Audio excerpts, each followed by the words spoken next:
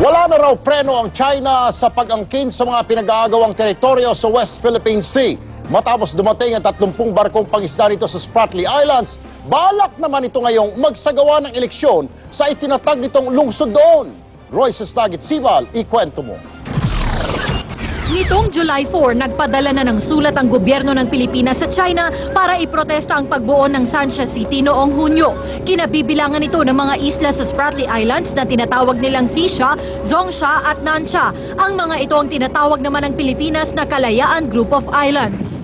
Establishment and jurisdiction of Sanxia City violates Philippine territorial sovereignty. Kalayaan Island Group is covered under Republic Act 9522 on archipelagic baseline of the Philippines. Pero hindi nagpaawat ang China. Matapos magpadala ng 30 barkong pangisda sa Spratlys, ikinakasa naman ngayon ng China ang eleksyon para sa Sanxia City. Sabi ng palasyo, masyado nang nagiging agresibo ang China sa pag-aangkin ng mga teritoryo ng Pilipinas. In no way do we, however, abdicate our sovereign rights over Scarborough Shoal because it is part of our exclusive economic zone. And that's very important for us. Sa ngayon nga, may halos 50 Chinese vessels na raw sa buong West Philippine Sea. At habang tiba-tiba ang mga Chino sa paghango ng naglalakihang isda sa Spratlys, ang mga kababayan natin sa Zambales hindi makalapit sa Panatag o Scarborough Shoal kung saan nakaposte rin ang mga barko ng China. Nagkakasya na lang sila sa paisa-isang huli gamit ang kanilang mga sibat. Nalubong kami ng China. Nasa lubong pinalis nila kami. Meron silang nakatutok na kanyon sa unahan nila. Ay siyempre, nakakuha sa bangka namin. Ay nakatakot kami. Baka bumuga ng bala yun. Paano na kami?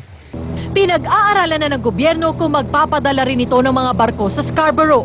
Nakipagpulong na rin si Pangulong Aquino kay National Security Advisor Cesar Garcia at sa mga kalihim ng DFA at DOJ para pag-usapan ng tumitinding tensyon sa West Philippine Sea. Royce Nagit, News 5. Rondahan naman natin ang iba pang maaksyong balita ngayong araw. Nilinaw ng DOH na hindi enterovirus 71 ang sanhi ng sakit ng 2 batang binabantayan dito sa bansa. At Senadora Miriam Defensor Santiago magpapatupad daw ng self-censorship. I tell my enemies, stop molesting me, you mongoloids. Inalmahan ng Down Syndrome Association of the Philippines ang sinabing ito ni Senador Miriam Defensor Santiago. Hindi nagsorry ang senadora, pero nangako siyang rerendahan na ang sarili sa pagbibitiw ng maanghang na salita. Higit 50,000 menor de edad ang nagpalista sa voters registration sa ARMM na nagtapos ngayong araw. Tiniyak naman ng COMELEC na markado nila ang mga form ng mga menor kaya hindi sila maidedeklarang mga botante. Nakatanggap si Justice Secretary Laila de Lima ng 7 sulat na tumututol sa kanyang nominasyon sa pagka-Chief Justice. Duda raw sila sa kakayahan ni de Lima na magdesisyon ng malaya dahil appointee siya ni Pinoy. Itinanggi naman ito ng kalihim.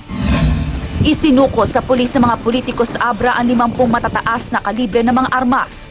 Pagtitiyak daw ito na walang gagamit ng dahas sa 2013 elections. Arestado ang isang Koreano sa Mandaluyong na nangangaltas ang kita mula sa mga tawag mula Amerika papasok ng Pilipinas.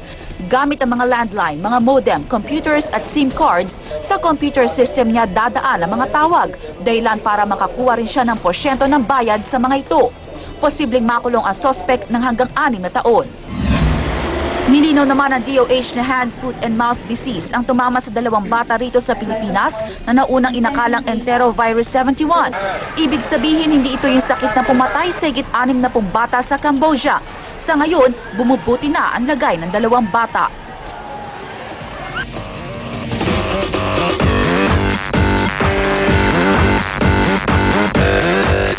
Natagalan bago lumipad papuntang Mongolia ang pambato natin sa Miss World pageant na si Queen Rich Reman.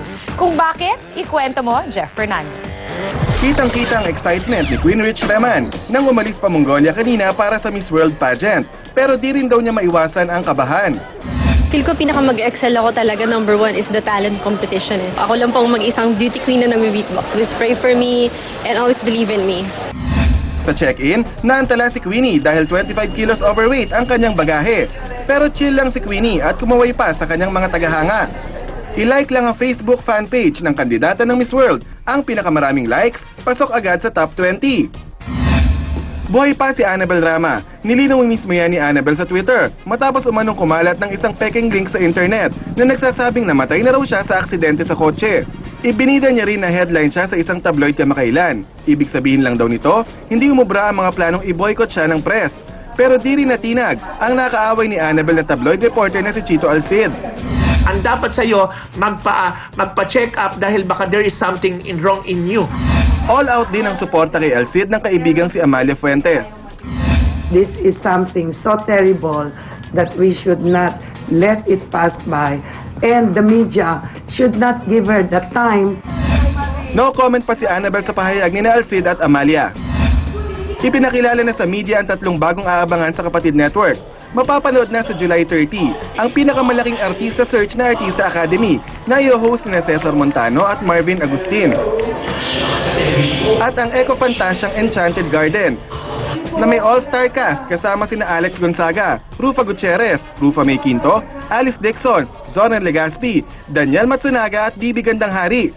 Sa July 29 naman unang e-ere ang horror series na Third Eye na pinagbibidahan ni Yulia Caballero.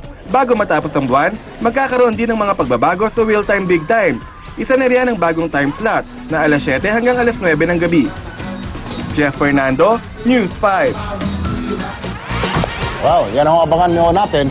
Na mga programa na talaga sa namang susunod na tututukan buwan. nyo. Tutukan ho ninyo yan, talagang garantisado. Aba, hindi na kayo lilipat pa. Aayusin na at pagagandahin palalo at palalakasin ang programming po ng TV5. Ayan. Yan po ang kalating oras sa mga aksyong balita. Mga balitang pundasyon ng matalinong opinyon at konkretong solusyon. Ako po si Cheryl Cosim. Ako naman po, Sir Erwin Tulfo, saan man, kailan man, kapatid, higit sa balita, aksyon.